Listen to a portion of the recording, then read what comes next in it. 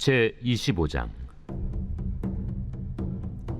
베스도가 부임한 지 3일 후에 가이사랴에서 예루살렘으로 올라가니 대제사장들과 유대인 중 높은 사람들이 바울을 고소할세 베스도의 호의로 바울을 예루살렘으로 옮기기를 청하니 이는 길에 매복하였다가 그를 죽이고자 함이더라. 베스도가 대답하여 바울이 가이사랴에 구류된 것과 자기도 멀지 않아 떠나갈 것을 말하고, 너희 중 유력한 자들은 나와 함께 내려가서 그 사람에게 만일 옳지 아니한 일이 있거든 고발하라. 베스도가 그들 가운데서 8일 혹은 10일을 지낸 후 가이사랴로 내려가서 이튿날 재판자리에 앉고 바울을 데려오라 명하니, 그가 나오매 예루살렘에서 내려온 유대인들이 둘러서서 여러 가지 중대한 사건으로 고발하되 능히 증거를 대지 못한지라 바울이 변명하여 이르되, 유대인의 율법이나 성전이나 가이사에게나 내가 도무지 죄를 범하지 아니하였노라. 베스도가 유대인의 마음을 얻고자 하여 바울더러 묻되, 내가 예루살렘에 올라가서 이 사건에 대하여 내 앞에서 신문을 받으려느냐? 내가 가이사의 재판자리 앞에 섰으니 마땅히 거기서 신문을 받을 것이다. 당신도 잘 아시는 바와 같이 내가 유대인들에게 불의를 행한 일이 없나이다. 만일 내가 불의를 행하여 무슨 죽을 죄를 지었으면 죽기를 사양하지 아니할 것이나, 만일 이 사람들이 나를 고발하는 것이 다 사실이 아니면 아무도 나를 그들에게 내줄 수 없나이다. 내가 가이사께 상소하노라. 베스도가 배석자들과 상의하고 이르되, 내가 가이사에게 상소하였으니 가이사에게 갈 것이라. 수일 후에 아그리빠 왕과 버니게가 베스도에게 문안하러 가이사랴에 와서 여러 날을 있더니 베스도가 바울의 일로 왕에게 고하여 이르되, 벨릭스가 한 사람을 구류하여 두었는데 내가 예루살렘에 있을 때 유대인의 대제사장들과 장로들이 그를 고소하여 정죄하기를 청하기에 내가 대답하되, 무릇 피고가 원고들 앞에서 고소 사건에 대하여 변명할 기회가 있기 전에 내주는 것은 로마 사람의 법이 아니라 하였노라. 그러므로 그들이 나와 함께 여기 오매 내가 지체하지 아니하고 이튿날 재판자리에 앉아 명하여 그 사람을 데려왔으나 원고들이 서서 내가 짐작하던 것 같은 악행의 혐의는 하나도 제시하지 아니하고 오직 자기들의 종교와 또는 예수라 하는 이가 죽은 것을 살아있다고 바울이 주장하는 그 일에 관한 문제로 고발하는 것뿐이라. 내가 이 일에 대하여 어떻게 심리하는지 몰라서 바울에게 묻되, 예루살렘에 올라가서 이 일에 신문을 받으려느냐 한즉, 바울은 황제의 판결을 받도록 자기를 지켜주기를 호소하므로 내가 그를 가이사에게 보내기까지 지켜두라 명하였노라. 아그리빠가 베스도에게 이르되, 나도 이 사람의 말을 듣고자 하노라. 내일 들으시리이다. 이튿날 아그리빠와 버니게가 크게 위엄을 갖추고 와서 천부장들과 시중의 높은 사람들과 함께 접견 장소에 들어오고 베스도의 명으로 바울을 데려오니 베스도가 말하되, 아그리빠 왕과 여기 같이 있는 여러분이여, 당신들이 보는 이 사람은 유대 모든 무리가 크게 외치되 살려두지 못할 사람이라고 하여 예루살렘에서와 여기서도 내게 청혼하였으나 내가 살피건대 죽일 죄를 범한 일이 없더이다. 그러나 그가 황제에게 상소한 고로 보내기로 결정하였나이다. 그에 대하여 황제께 확실한 사실을 아랠 것이 없으므로 신문한 후 상소할 자료가 있을까 하여 당신들 앞, 특히 아그리빠 왕 당신 앞에 그를 내세웠나이다. 그 죄목도 밝히지 아니하고 죄수를 보내는 것이 무리한 일인 줄 아나이다. 제26장. 아그리빠가 바울에게 이르되, 너를 위하여 말하기를 내게 허락하노라. 이에 바울이 손을 들어 변명하되, 아그리빠 왕이여, 유대인이 고발하는 모든 일을 오늘 당신 앞에서 변명하게 된 것을 다행히 여기나이다. 특히 당신이 유대인의 모든 풍속과 문제를 아심이니이다. 그러므로 내 말을 너그러이 들으시기를 바라나이다. 내가 처음부터 내 민족과 더불어 예루살렘에서 젊었을 때 생활한 상황을 유대인이 다 아는 바라. 일찍부터 나를 알았으니 그들이 증언하려 하면 내가 우리 종교의 가장 엄한 팔을 따라 바리새인의 생활을 하였다고 할 것이다. 이제도 여기 서서 신문 받는 것은 하나님이 우리 조상에게 약속하신 것을 바라는 까닭이니 이 약속은 우리 12지파가 밤낮으로 간절히 하나님을 받들어 섬김으로 얻기를 바라는 바인데, 아그리빠 왕이여, 이 소망으로 말미암아 내가 유대인들에게 고소를 당하는 것이니이다. 당신들은 하나님이 죽은 사람을 살리심을 어찌하여 못 믿을 것으로 여기나이까? 나도 나사렛 예수 이름을 대적하여 많은 일을 행하여야 될 줄 스스로 생각하고 예루살렘에서 이런 일을 행하여 대제사장들에게서 권한을 받아가지고 많은 성도를 옥에 가두며 또 죽일 때 내가 찬성 투표를 하였고, 또 모든 회당에서 여러 번 형벌하여 강제로 모독하는 말을 하게 하고 그들에 대하여 심히 격분하여 외국 성에까지 가서 박해하였고, 그 일로 대제사장들의 권한과 위임을 받고 다메섹으로 간다이다. 왕이여, 정오가 되어 길에서 보니 하늘로부터 해보다 더 밝은 빛이 나와 내 동행들을 둘러 비추는지라. 우리가 다 땅에 엎드러짐에 내가 소리를 들으니 히브리 말로 이르되, 사울아 사울아, 내가 어찌하여 나를 박해하느냐? 가시채를 뒷발질하기가 내게 고생이니라. 내가 대답하되, 주님 누구시니이까? 주께서 이르시되, 나는 내가 박해하는 예수라. 일어나 너의 발로 서라.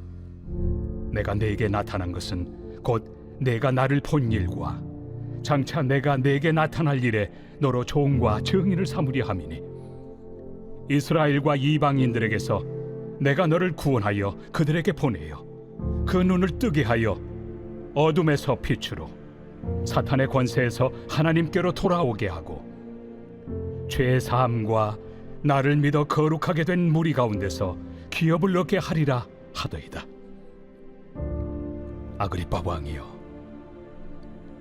그러므로 하늘에서 보이신 것을 내가 거스르지 아니하고 먼저 다메섹과 예루살렘에 있는 사람과 유대 온 땅과 이방인에게까지 회개하고 하나님께로 돌아와서 회개에 합당한 일을 하라 전하므로 유대인들이 성전에서 나를 잡아 죽이고자 하였으나 하나님의 도우심을 받아 내가 오늘까지 서서 높고 낮은 사람 앞에서 증언한 것은 선지자들과 모세가 반드시 되리라고 말한 것밖에 없으니, 곧 그리스도가 고난을 받으실 것과 죽은 자 가운데서 먼저 다시 살아나사 이스라엘과 이방인들에게 빛을 전하시리라 함이니이다.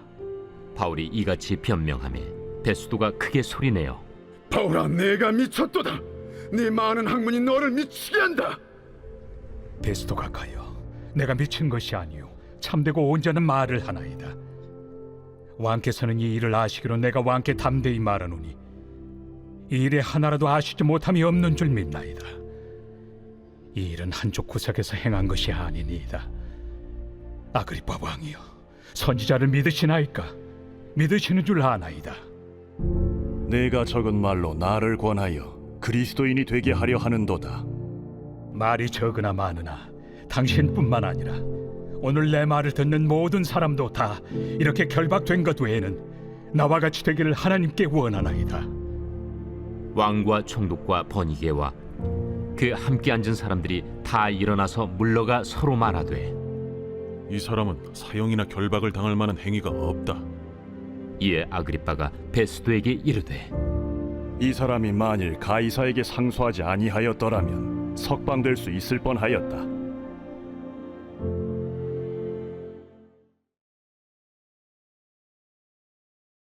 제14편 다윗의 시.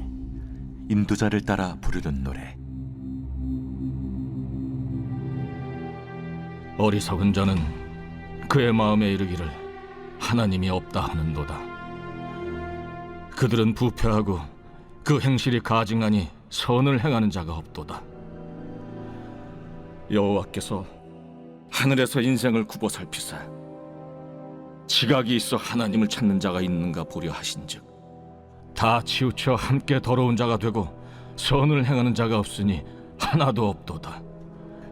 죄악을 행하는 자는 다 무지하냐? 그들이 떡 먹듯이 내 백성을 먹으면서 여호와를 부르지 아니하는도다. 그러나 거기서 그들은 두려워하고 두려워하였으니 하나님이 의인의 세대에 계심이로다. 너희가 가난한 자의 계획을 부끄럽게 하나 오직 여호와는 그의 피난처가 되시도다. 이스라엘의 구원이 시온에서 나오기를 원하도다. 여호와께서 그의 백성을 포로된 곳에서 돌이키실 때 야곱이 즐거워하고 이스라엘이 기뻐하리로다.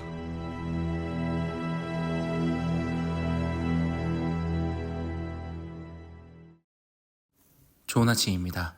공동체 성경 읽기 잘 읽으셨나요? 오늘 우리는 사도행전 25장, 26장 말씀을 읽었습니다. 오늘 이 말씀을 통해서 오늘 하루 우리에게 부어주시는 놀라운 은혜와 사랑을 발견하는 귀한 시간이 되기를 간절히 소원합니다.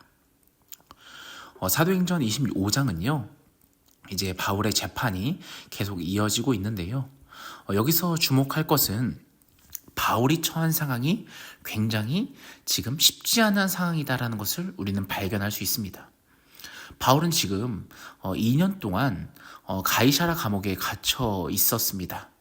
여러분, 2년이면 정말 얼마나 길고 답답한 시간이겠습니까? 바울이 이 상황을 참 어떻게 받아들였을까? 우리는 참 그 바울의 심정을 조금이나마 좀 생각해 보게 됩니다. 그럼에도 불구하고 그 상황 가운데에서 하나님의 놀라운 섭리가 발휘되게 되는데요. 25장 1절부터 보시면 베스토 총독이 새로 부임하게 됩니다. 유대의 지도자들은 이 기회가 정말 베스트라고 생각했던지 끈질기게 총독에게 부탁을 합니다. 어떤 부탁이냐? 바울을 예루살렘으로 보내서 재판하게 해달라고 부탁을 합니다. 왜 이런 부탁을 했을까? 굉장히 표면적으로는 공정한 재판을 위해서인 것처럼 보입니다. 그러나 실상은 예루살렘으로 오는 길에 바로 이 바울을 암살하려는 검은 속셈이 그들의 계획이었습니다. 얼마나 그들의 계획 악합니까? 여기서 베스토 총독은 어떠한 결정을 내립니까? 다행히도 4절을 보시면 나는 그렇게 못하겠다. 너희가 가이사라로 내려와서 재판해라라고 결정을 내립니다. 이 총독의 결정, 뭔가 그냥 별거 아닌 결정인 것 같지만 이 결정이 바울의 생명을 구한 하나님의 놀라운 섭리, 하나님의 일하심을 우리가 발견할 수 있습니다. 바울은 더 나아가서 무엇을 얘기합니까? 나는 로마 황제에게 심판을 받겠다, 재판을 받겠다라고 선포를 합니다. 여러분, 이 바울의 메시지, 11절의 메시지는 단순히 이제 좀 감옥을 벗어나고 싶다라는 개인적인 바울의 욕심이 아닙니다.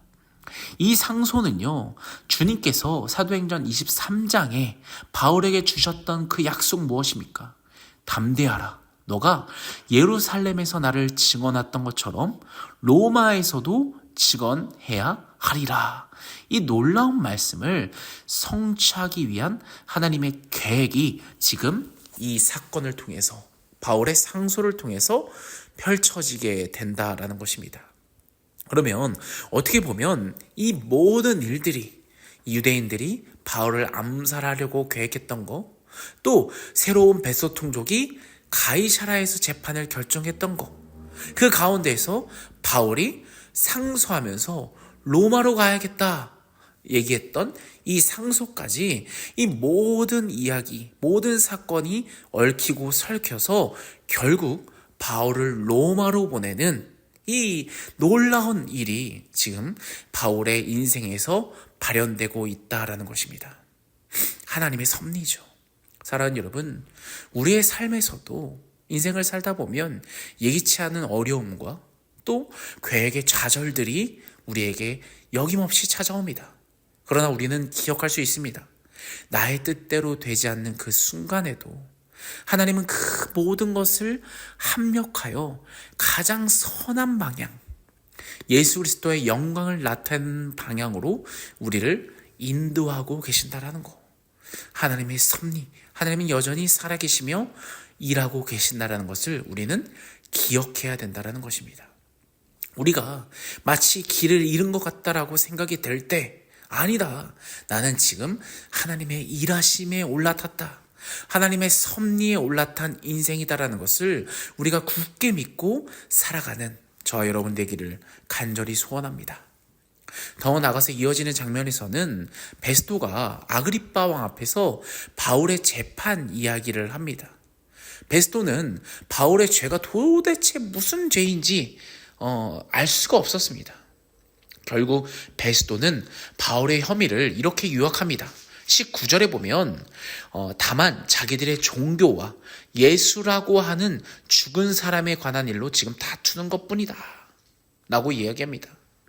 베스토 총독은요, 그 영적인 의미, 내용은 몰랐지만 바울 재판의 핵심을 정확하게 짚어냅니다. 바울이 감옥에 갇힌 진짜 이유가 무엇입니까? 바로 바울은 예수 그리스도의 부활을 주장했기 때문입니다. 바울이 감옥에 갇혀있던, 총동 앞에 서있던, 왕 앞에 재판을 받던 그의 입에서 나오는 메시지는 오직 이거 하나뿐이었습니다. 어떤 메시지입니까? 나사렛 예수가 우리의 죄를 위하여 죽으시고 사흘 만에 다시 살아나셨다. 할렐루야. 바로 이 예수가 우리의 만왕의 왕이시다. 이 메시지 하나였습니다. 바울은요, 자신의 무죄를 변호하는 자리가 재판장에서 이루어진 게 아니었습니다. 바울은요, 그저 부활하신 예수 그리스도를 증언하는 최고의 강연장이었던 것입니다. 재판장을 강연장, 설교장으로 바꾸어 버린 것입니다. 바로 하나님의 놀라운 섭리가 바울을 로마로 향하게 할 뿐만 아니라 그 로마에서 정말 수많은 권력자들이 이 복음의 메시지를 듣게 하는 역할을 하셨다라는 것입니다. 사랑하는 여러분, 여러분들의 신앙의 핵심은 무엇입니까? 우리가 오늘 하루 또 살아갈 수 있는 그 이유는 무엇입니까? 바로 부활하신 그리스도 아니겠습니까? 바울이 재판장에서 외쳤던 그 외침, 우리도 오늘 하루 각각의 직장에서, 가정에서, 일터에서, 학교에서 정말 어쩌면 그 놀라운 메시지를 우리도 선포해야 합니다. 살아계신 그리스도를 증언하는 오늘 하루가 되기를 간절히 소원합니다. 기도하겠습니다. 사랑의 하나님, 오늘 사도행전 25장을 통해서 우리의 뜻으로, 우리의 의지로 살아갈 수 없는 어려운 상황들을 정말 수없이 만난다는 것을 봅니다. 우리의 인생도 그렇죠. 그러나 그 모든 상황을 하나님 섭리 아래에 맡겼습니다. 그리고 그 어떤 권력자 앞에서도 부활하신 그리스도를 증언했던, 그 사명을 다했던 바울처럼 오늘 하루를 살아가는 우리 역시도 오늘 하루하루 삶이 힘겹고 계획대로 되지 않지만 걱정하지 않고 하나님의 섭리 열차를 탄 우리 모두가 바로 이 놀라운 복음의 선포를 할 수 있는, 부활하신 그리스도를 증언할 수 있는 그런 놀라운 삶, 놀라운 우리의 인생이 될 수 있도록 주님 인도하여 주시옵소서. 부활을 담대히 외치는, 복음을 담대히 외치는 오늘 하루 나의 인생이 되게 하여 주시옵소서. 감사드리며 살아계신 예수님의 이름으로 간절히 기도합니다. 아멘.